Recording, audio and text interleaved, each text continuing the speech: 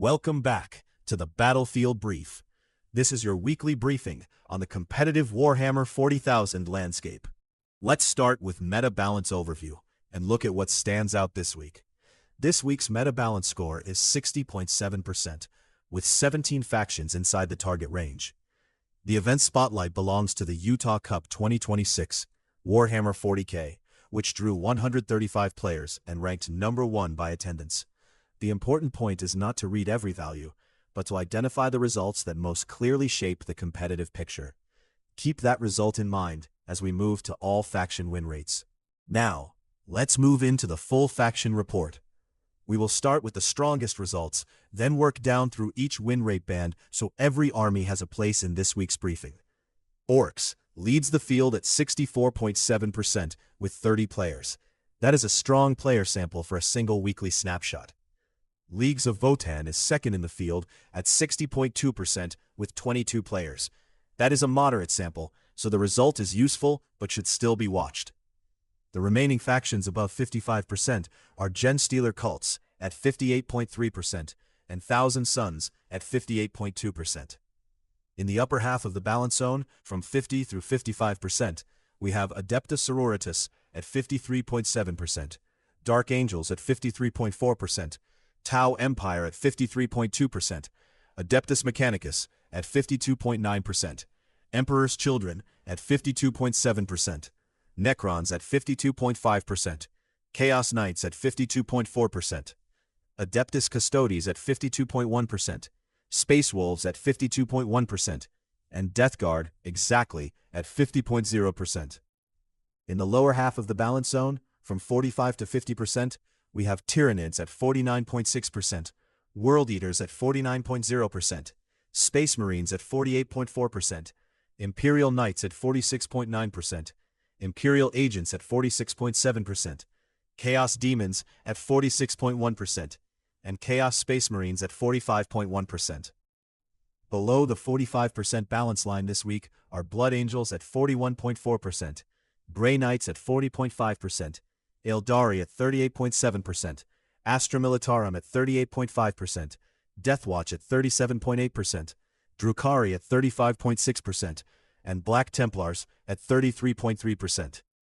Small sample results in this report include Genestealer cults with 11 players, Chaos Knights with 8 players, Imperial Agents with 3 players, Grey Knights with 9 players, Deathwatch with 8 players, Drukhari with 11 players, and Black Templars with 10 players.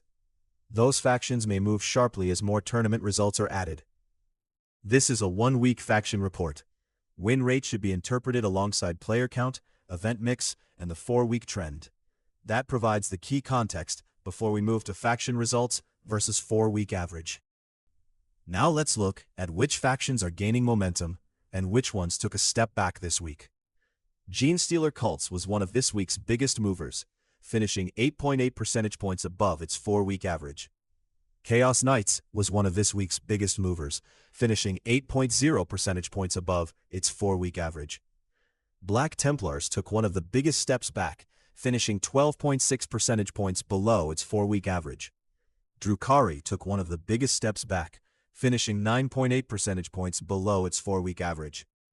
This chart measures movement against recent form rather than overall faction strength, so one strong or weak week should not automatically be treated as a permanent shift. Keep that result in mind as we move to look at the armies that are winning. Next, let's look at which factions are turning tournament entries into top finishes. This chart combines undefeated lists and one-loss lists by faction. Orks produced 17 undefeated lists and 31 one-loss lists for 48 top finishes overall. Space Marines produced 10 undefeated lists and 27 one-loss lists for 37 top finishes overall. Emperor's Children produced 7 undefeated lists and 30 one-loss lists for 37 top finishes overall. The comparison helps separate raw representation from competitive conversion and shows which factions repeatedly produce strong finishes across the field. That provides the key context before we move to disposition breakdown. Now let's shift from factions to playstyle and see how the field is approaching the game. Disposition classifications cover 100.0% of the tournament lists, representing 425 classified lists. Take and hold is the most common disposition with 108 lists, or 25.4% of the classified field. Priority assets is next, with 99 lists and a 23.3% share, just 2.1 percentage points behind the leader. That shows us which strategic approaches are most common in the current field, and which dispositions remain less represented. Keep that result in mind as we move to largest events. Next, let's look at the events behind this week's numbers and rank the largest tournaments by attendance. This week's dataset includes 12 events and 627 players.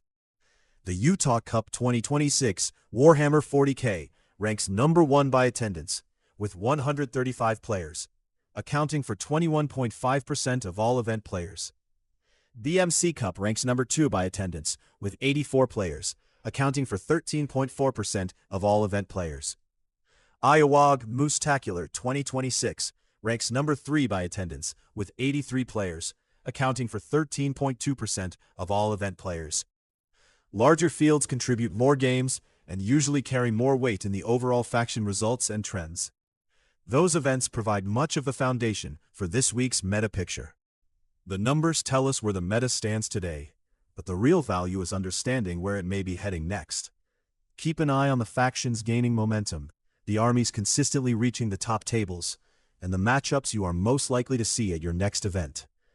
Let me know in the comments what you're playing, what stood out to you this week, and which faction or tournament list you'd like us to take a closer look at next. If this briefing helped you prepare, consider subscribing so you don't miss next week's report. Until then, good luck at the tables, and I'll see you in the next Battlefield Brief.